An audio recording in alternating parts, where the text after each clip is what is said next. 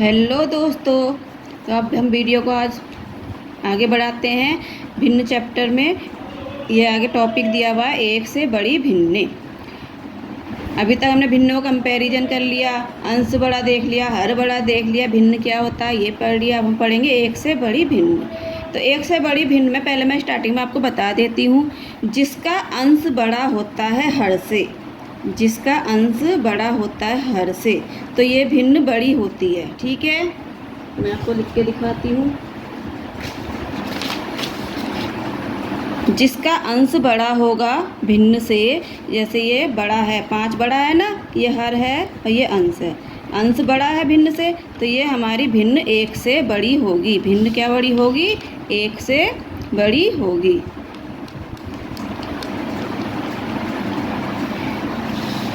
जिसका अंश और हर दोनों बराबर हैं, ये 2 और 2 दोनों बराबर हैं, तो ये भिन्न एक के बराबर होगी।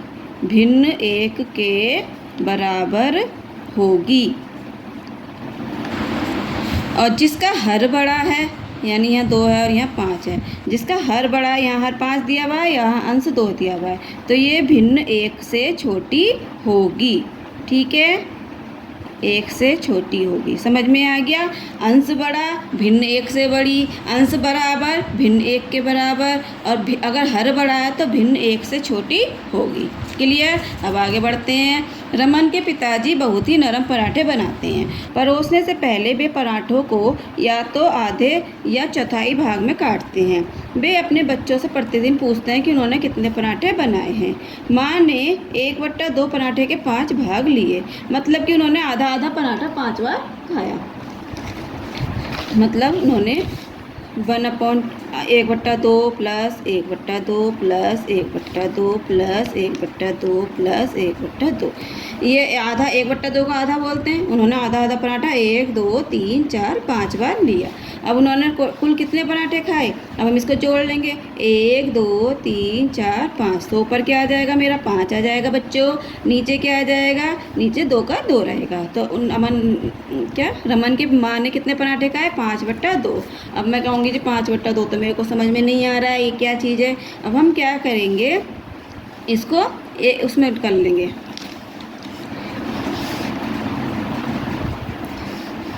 2 का भागा 5 में देंगे हम।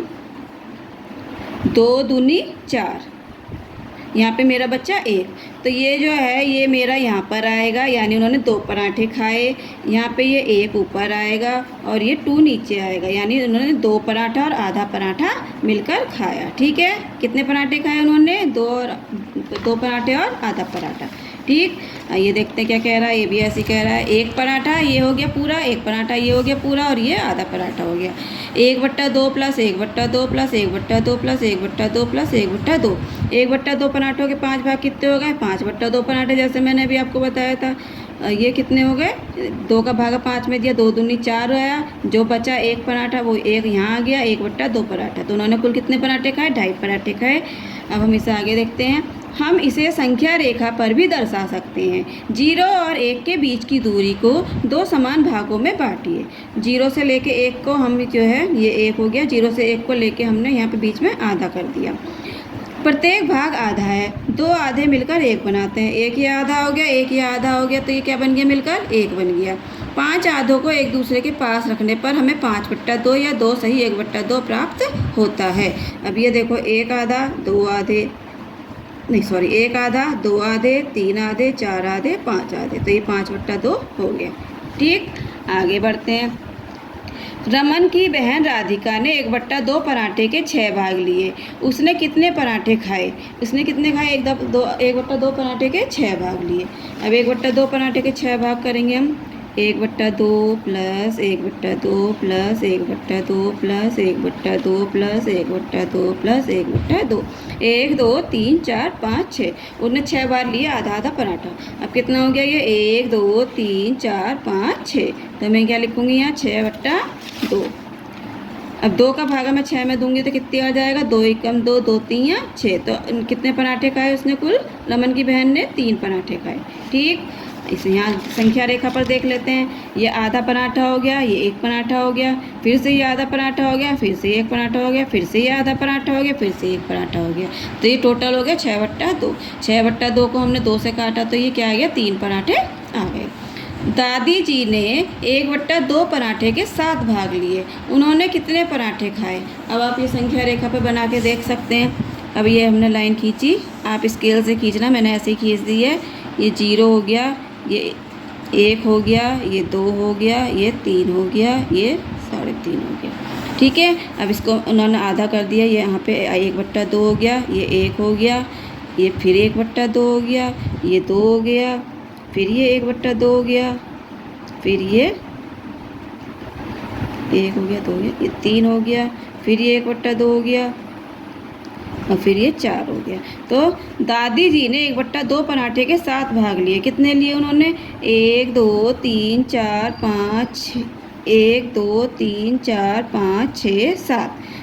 कितने हो गए ये यहाँ पे? 7/2। 7/2 हो गया। 2 का भागा हम 7 में देंगे, कितनी बार जाएगा? 2 का भागा 7 में देंगे, 2 3 6, 6 का 6 यहाँ आ गया, 7 में से 6 घटाया 1 आया बच्चों। तो ये हमारी भिन्न क्या हो गई? 3 + 1/2। 3 पराठे और आधे पराठे उन्होंने खाए। ठीक है, क्लियर है? ठीक, हम आगे। ये जब हम संख्या रेखा पर बनाते हैं तो ये स्टार्टिंग से नहीं गिनते, ये आधे से यहाँ से गिनते हैं, दूसरे नंबर से। ठीक है, ये पूरा ही तो मिलकर आधा होगा, ये पूरा ही तो मिलकर 1 होगा। ठीक, यहाँ से नहीं गिनना है इसको। रमन ने 1/2 पराठे के 6 भाग खाए। दादाजी ने 1/2 पराठे के 7 भाग खाए। पिताजी ने 1/2 पराठे के 5 भाग खाए। प्रत्येक ने कुल कितने पराठे खाए? संख्या रेखा के उपयोग से उत्तर का पता लगाइए। रमन द्वारा खाए गए पराठों की संख्या। रमन ने 1/2 पराठे कितने भाग खाए हैं? 6, यानी एक भाग हमारा यहाँ हो गया, दूसरा भाग यहाँ हो गया, तीसरा भाग यहाँ हो गया, चौथा भाग हमारा यहाँ हो गया, 5वां भाग हमारा यहाँ हो गया, 6ठा भाग हमारा यहाँ हो गया। तो रमन ने कितने पराठे खाए हैं टोटल? 3। ठीक है, 1/2 को आप 6 बार जोड़ोगे तो 3 आ जाएगा। दादाजी द्वारा खाए गए पराठों की संख्या। दादाजी ने कितने पराठे खाए हैं? 7। तो ये क्या आएगा? अभी दादी जी ने भी 7 पराठे खाए थे, मैंने अभी आपको यहाँ समझाया था, तो इनका भी यही आ जाएगा। दादाजी द्वारा इन्होंने 3.5 पराठे खाए। 7/2 भी लिख सकते हैं इसको। अब अगला है पिताजी द्वारा खाए गए पराठों की संख्या। पिताजी ने कितने पराठे खाए हैं? पिताजी ने 1/2 पराठे के 5 भाग खाए हैं। ठीक है, 1/2 हो गया, ये 1 हो गया, फिर ये 1/2 हो गया। अब 1 के बाद यहाँ पे 2 आ गया, कितने खाए हैं? 5, फिर ये 1/2 हो गया। 1 2 3 4 5, तो उन्होंने 2 और आधा पराठा खाया। कितना खाया? 2 और आधा पराठा। ठीक, आगे बढ़ते हैं। इस दिन कितने पराठे बने पता लगाइए। अब हमें सबके पराठे जोड़ देने हैं, मम्मी के, पापा के, दादी के, दादा के, सबके जितने सबने खाए थे। दादी ने कितने पराठे, मम्मी ने कितने पराठे खाए थे? माँ ने 2.5 पराठे। तो हम यहाँ पे 5/2 लिख देंगे। ठीक, 5/2 ही खाए थे ना उन्होंने, ये रहे 5/2 पराठे। ठीक है, आगे बढ़ो। रमन की बहन राधिका ने कितने पराठे खाए थे? 3 पराठे खाए थे।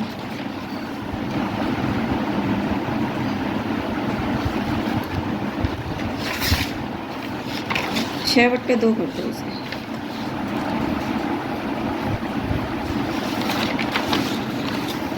दादी जी ने कितने खाए थे? दादी जी ने खाए थे 7/2 पराठे। ठीक, 7/2।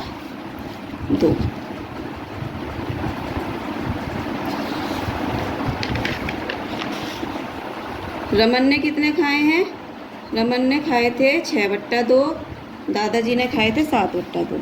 रमन ने खाए थे 6/2, दादाजी ने खाए थे 7/2 और पिताजी ने खाए थे 5/2।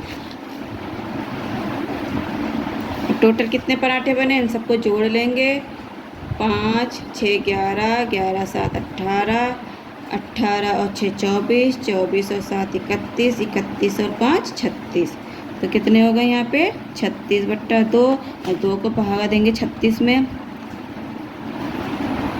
दो ही कम दो, बच्चा 3 में से 2 गया 1, आ गया 16, 2 अट्ठे 16। तो टोटल कितने पराठे बने हमारे? ये 18। टोटल पराठे कितने बने? 18। ठीक, जितने भी सबने पराठे खाए हैं उन सबको जोड़ दिया, जोड़ के उसे 2 से भाग दिया है, भाग देने के बाद 18 आया है, तो ये 18 पराठे बने। आगे देखते हैं क्या कहते हैं ये। अगले दिन रमन के पिताजी ने सभी पराठे 1/4 भागों में काट लिए। अभी तो हमने 1/2 में काटे थे, हाफ हाफ में, अब 1/4 में काट लिए, 1/4 भाग में। दादाजी ने 1/4 पराठे के 9 भाग खाए। उन्होंने कितने पराठे खाए? अब हम 1/4 को 9 बार जोड़ लेंगे। ये जोड़ रखा है यहाँ पे 1 2 3 4 5 6 7 8 9। तो ये कितने पराठे खाए? 9/4 पराठे खाए। अब 4 का भागा 9 में देंगे, कितनी बार जाएगा? 4 दूनी 8। 4 का भागा 9 में देंगे, 4 दूनी 8, बच्चा 1। तो 1/4 पराठा हमारा ये बच गया और 2 पराठे हमारे ये आ गए। ठीक, हमें इसे संख्या रेखा पर भी दर्शा सकते हैं। 0 और 1 के बीच की दूरी 4 समान भागों में बांटिए। प्रत्येक भाग 1/4 है। 4 1/4 मिलकर 1 बनाते हैं।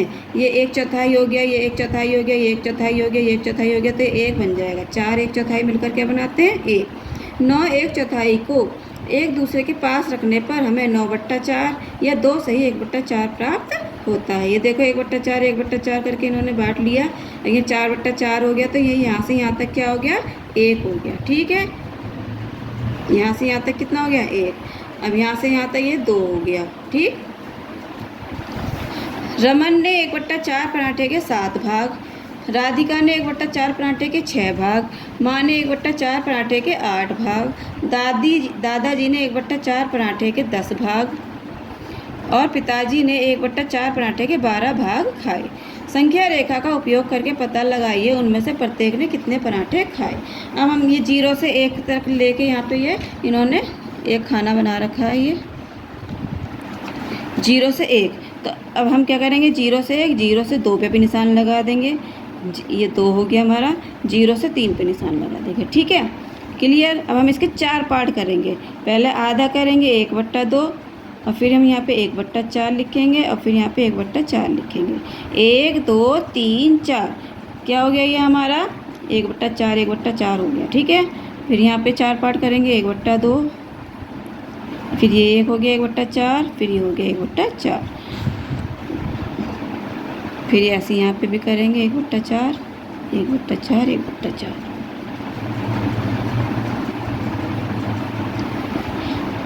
अब रमन ने 1/4 पराठे के 7 भाग खाए हैं। तो 1 2 3 4 5 6 7 कितने खाए उन्होंने? यहाँ तक खाए रमन ने। कितने खाए हैं? 7/4। 7/4 को मैं ऐसे लिख सकती हूँ ना। ठीक, अब 4 का भागा 7 में देंगे तो 4 एकम 4, 7 में से 4 गया 3, तो ये क्या आएगा मेरा? 1 पराठा खाया उसने और 3/4 पराठा खाया, मतलब 3/4 और 1 पराठा उसने खाया। किसने खाया? ये रमन ने। ठीक, ऐसी माँ के द्वारा भी निकाल लेंगे। माँ ने कितने पराठे खाए? माँ ने खाए हैं, राधिका ने खाए 1/6 पराठे के 6 भाग। तो 6/4 कर लेंगे इसको हम। 6/4, 4 का भागा 6 में देंगे, 4 एकम 4, ये आ गया यहाँ पर 2। तो हमारा रमन ने कितना पराठा खाया? 1 और 2/4। ठीक है, क्लियर है सबको। अब दादाजी द्वारा पराठे कितने खाए गए? दादाजी ने खाए 1/4 पराठे के 10 पराठे। तो मैं इसको 10/4 लिख सकती हूँ। 4 को भागा दूंगी 10 में, कितनी बार जाएगा? 4 का भागा 10 में जाएगा, 4 दूनी 8, 10 में से 8 गए 2। तो उन्होंने एक तो 2 पराठे, ये वाला ये जो संख्या होती है ये कहाँ आती हैं? एक तो उन्होंने 2 पराठे खाए और एक 2/4। ये वाला 2 ऊपर लिखते हैं अंश में और ये 4 को हर में लिखते हैं। ठीक है, अब पिताजी द्वारा पराठे कितने खाए गए? 12। पिताजी ने 12 पराठे खाए, मैं 12/4 लिख दूँगी। तो 4 का भागा दूँगी 12 में, 4 3 12। ये पूरा इन्होंने 3 पराठे खाए। यहाँ पे कुछ नहीं बच रहा है, 12 में से 12 गया 0 आएगा। तो उन्होंने कुल कितने पराठे खाए? 3 पराठे खाए। ठीक है, इस दिन कितने पराठे बने। अब हमें क्या लगाना है कि इस दिन कितने पराठे बने, इसको जोड़ना है। कैसे जोड़ेंगे। रमन द्वारा खाए गए पराठों की संख्या 7/4। राधिका द्वारा पराठों की संख्या कितनी हो गई 6/4। दादाजी द्वारा 10/4। पिताजी द्वारा रमन द्वारा हो गए 7/4। राधिका द्वारा 6/4।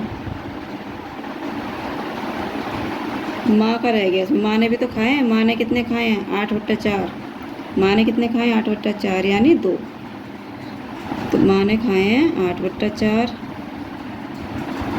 दादाजी ने खाए हैं 10/4। पिताजी ने खाए हैं 12/4। ठीक है। अब इस सबको जोड़ लेंगे, कितना आएगा 6 7 13, 13 और 8 21, 21 10 31, 31 41 42 43। ये हमारा आ गया 43/4। 6 7 13 8 21 10 31 41 42 43। अब हम कितना 4 का भागा देंगे 43 में। क्या करेंगे 4 का भागा 43 में देंगे।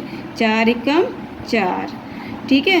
4 का भागा 3 में नहीं जाएगा तो हम यहाँ पे 0 लगा देंगे। अब हमारा यहाँ पे एक 0 लग जाएगा,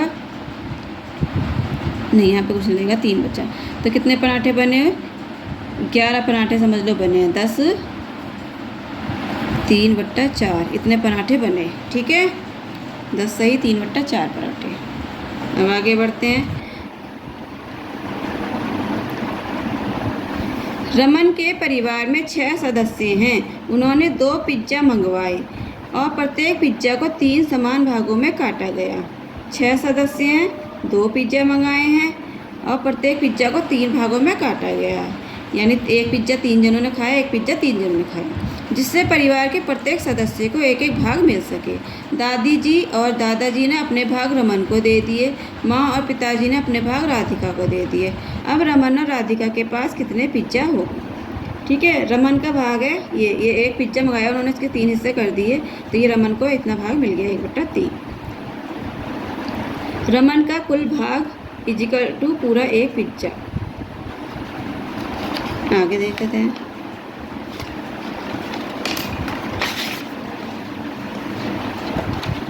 रमन पिज्ज़ा के मात्र 2 भाग ही खा पाया। अच्छा ये नहीं दिया है इसमें, सॉरी। अब हमारे रमन और राधिका के पास कितने पिज्ज़ा हैं। तो रमन को अपना एक पिज्ज़ा मिला, पहले 1/3 पिज्ज़ा मिला, फिर उसको रमन को दादी जी का भी मिल गया 1/3 और दादाजी का भी मिल गया 1/3। तो ये कितना हो गया 1 2 3। 1 2 3 क्या हो गए 3/3 हो गए। 3 को 3 से काटा, 3 एकम 3। तो रमन को भी एक पिज्ज़ा मिल गया और राधिका को भी एक पिज्ज़ा मिल गया। दोनों को बराबर पिज्ज़ा मिला है। ठीक है। समान पिज्ज़ा मिला है।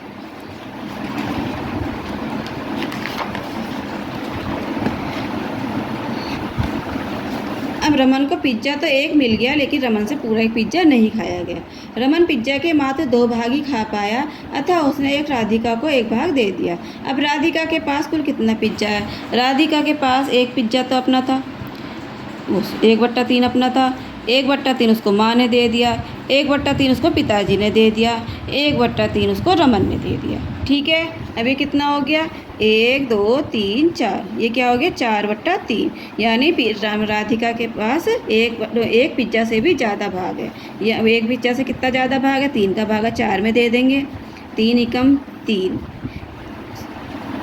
4 में से 3 घटाया 1 बचा, तो ये एक पिज्ज़ा बचा। ये एक पिज्ज़ा और 1/3। इसके पर राधिका के पास एक सही 1/3 पिज्ज़ा है। ठीक है।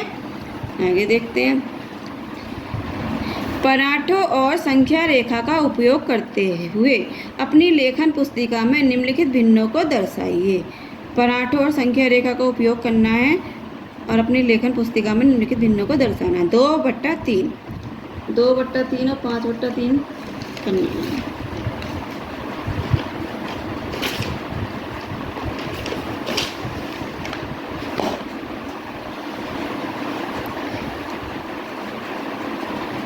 अब पर एक पराठा था ये, उसके हमने 3 हिस्से कर लिए। ठीक है।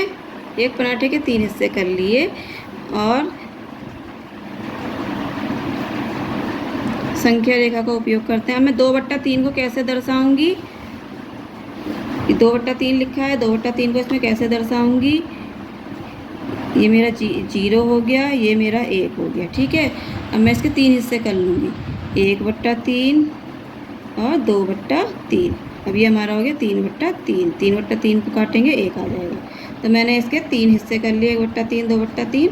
ये मेरी पहली भिन्न हो गई 2/3 वाली। ठीक है, ये है 2/3। अब 5/3 करना है।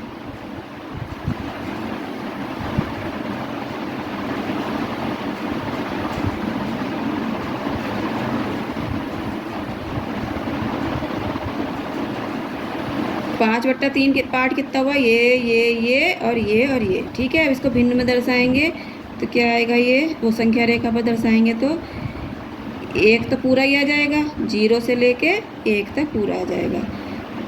अब इसके 3 हिस्से करेंगे, 1 2 3। ये 1/3, 2/3, ये हो गया हमारा 3/3, ये हो गया हमारा 4/3 और ये हो गया हमारा 5/3। ठीक है, इस संख्या रेखा पर ऐसे दर्शाना। अब अगला देख लेते हैं दोस्तों, ये क्या है, 3/4 और 5/4। 3/4, 3/4 क्या हो गया हमारा, ये हो गया 3/4। ये मैं आपको वैसे ही समझाने के लिए बना रही हूँ इसे। ठीक है, समझाने के लिए बना रही हूँ। 3/4 ये हो गया, 1 हिस्सा, 2 हिस्सा, 3 हिस्सा, 4 हिस्सा टोटल नीचे आ गए। और जो मैंने कलर का पार्ट कर रखा है ये 3/4 हो गया। अब इसको मैं संख्या रेखा पर कैसे दर्शाऊँगी, इसको मैं संख्या रेखा पर यहाँ से मैं 0 और 1। अब ये 3/4 है तो इसके मैं 3 हिस्से कर लूँगी, 1/4, 2/4, 3/4। तो ये मेरा जो है ये वाला ये मेरा आंसर आ गया संख्या रेखा पर। अब अगला है 5/4। 5/4 को कैसे दर्शाएंगे, जैसे ये दिख रहा है, ये 2 पार्ट है इसके। ठीक है, ये हो गया 5/4। तो ये तो चारों हो गए ये, और एक पार्ट इसका हो जाएगा हमारा, ये 5/4 है। ये मैंने समझाने के लिए ऐसे ही बताया, इसको बनाना नहीं है कॉपी में, बनाना सिर्फ ये संख्या रेखा को, ये इस वाले को। ठीक है, अगला देखते हैं हम इसको 5/4 कैसे करेंगे। यहाँ 0 लिख दिया मैंने, यहाँ 1 लिख दिया मैंने, और यहाँ मैंने 2 लिख दिया। ठीक, अब 5 भाग बनाने हैं हमने इसके, तो 1 2 3 4 5, ये होगा हमारे 5/4। 1/4, 2/4, 3/4, 4/4, 5/4। ठीक, ये ऐसे बनाना है। अब नेक्स्ट क्या है, नेक्स्ट कह रहा है दोस्तों 4/8 और 9/8। अब 4/8, 4/8 का मतलब क्या हो गया, इसके मैंने 8 खाने कर दिए। ठीक है, 1 2 3 4, 1 2 3 4 5 6 7 8, 1 2 3 4 5 6 7 8। 4/8 क्या है हमारी भिन्न, 4/8। तो 4 खाने ये कलर्ड हो गए, तो ये भिन्न बन गई मेरी 4/8। इसको संख्या रेखा पर कैसे दर्शाएंगे, अब 0 1 2। अब मैं इसके 4 हिस्से कर दूँगी, 1/4, 2/4, सॉरी 1/8 करना है ना, 1/8, 2/8, 3/8, 4/8, 5/8। हमें 4/8 दिखाना है, ये 4/8 दिखाना है हमें। ठीक है, ये हो गई हमारी संख्या रेखा पर 4/8। अब इसको हमने क्या दिखाना, 9/8 भी दिखाना है।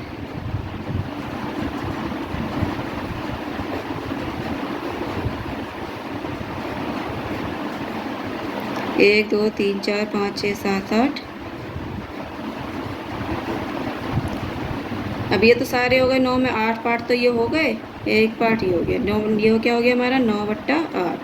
अब इसको संख्या रेखा पर कैसे दर्शाएंगे, इसके हमने 8 खाने करेंगे, 0 1/8, 2/8, 3/8, 4/8, 5/8, 6/8, 7/8, 8/8। ये हमारा हो गया 8/8 पे 1, क्योंकि 8 ही कम 8। ये हो गया 9/8, ऐसे दर्शाएंगे।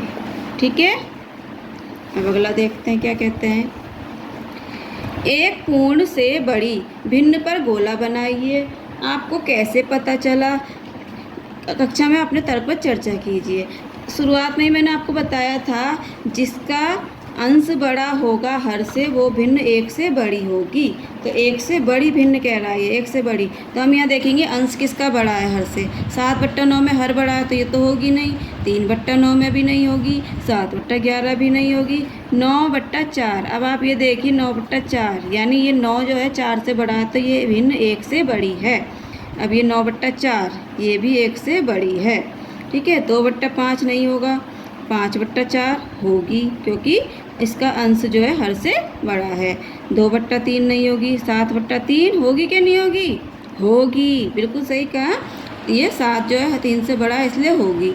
5/7 नहीं होगी। 13/11 होगी, होगी, क्योंकि 13 जो है 11 से बड़ा है। 12/5 ये भी होगी, क्योंकि 12 5 से बड़ा है दोस्तों। अब ये 12/8 ये भी होगी, क्योंकि 12 8 से बड़ा है। जिसका अंश बड़ा होता है हर से, वो एक से बड़ी भिन्न होती है। ठीक है, अब आगे देखते हैं। एक के संदर्भ में भिन्नों की तुलना करना।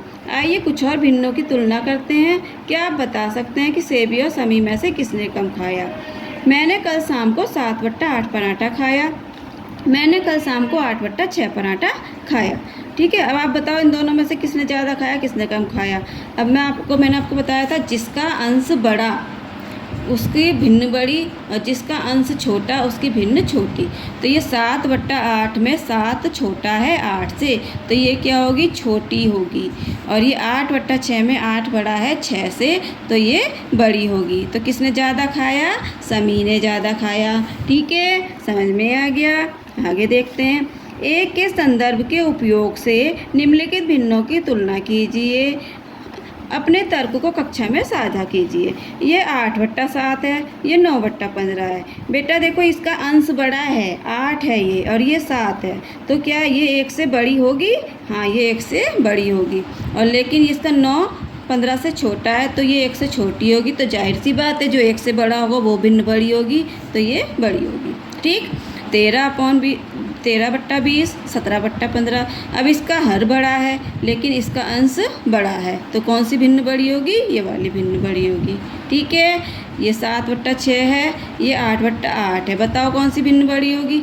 इसका देखो अंश बड़ा है 7/6, यानी 7 6 से बड़ा है, लेकिन ये 8/8 है, ये बराबर है, तो ये 1 के बराबर है, और ये 1 से बड़ी है। तो जो 1 से बड़ा होगा वही बड़ा होगा ना, तो ये बड़ा होगा। ये 6/6 यानी ये 1 के बराबर है, और ये 19/12 है, यानी ये 1 से बड़ी है, क्योंकि इसका अंश बड़ा है। ठीक है, तो कौन सी बड़ी होगी? 19 वाली बड़ी होगी। अब ये 12/9 है, ये 4/5 है। ये अंश इसका बड़ा है, तो ये भिन्न बड़ी होगी, लेकिन इसका अंश हर से छोटा है, तो ये छोटी होगी। तो क्या आएगा? ये 12/9 वाली भिन्न बड़ी हो जाएगी। ठीक, इतना समझ में आया। आगे देखते हैं। ये 15/5 है, और ये 16/4 है। अब आप कहोगे ये तो दोनों ही बड़े हैं, ये 15 है, अंश हर से बड़ा है, यहाँ भी अंश हर से बड़ा है, तो क्या करेंगे? इसका हम भागा देंगे। 5 3 15, ये क्या आया हमारा? 3। 4 चौको 16, ये क्या आया हमारा? 4। तो 4 बड़ा होगा ना दोस्तों 3 से, तो कौन सी भिन्न बड़ी होगी? ये वाली भिन्न बड़ी होगी। ठीक है, इतना सबको समझ में आया।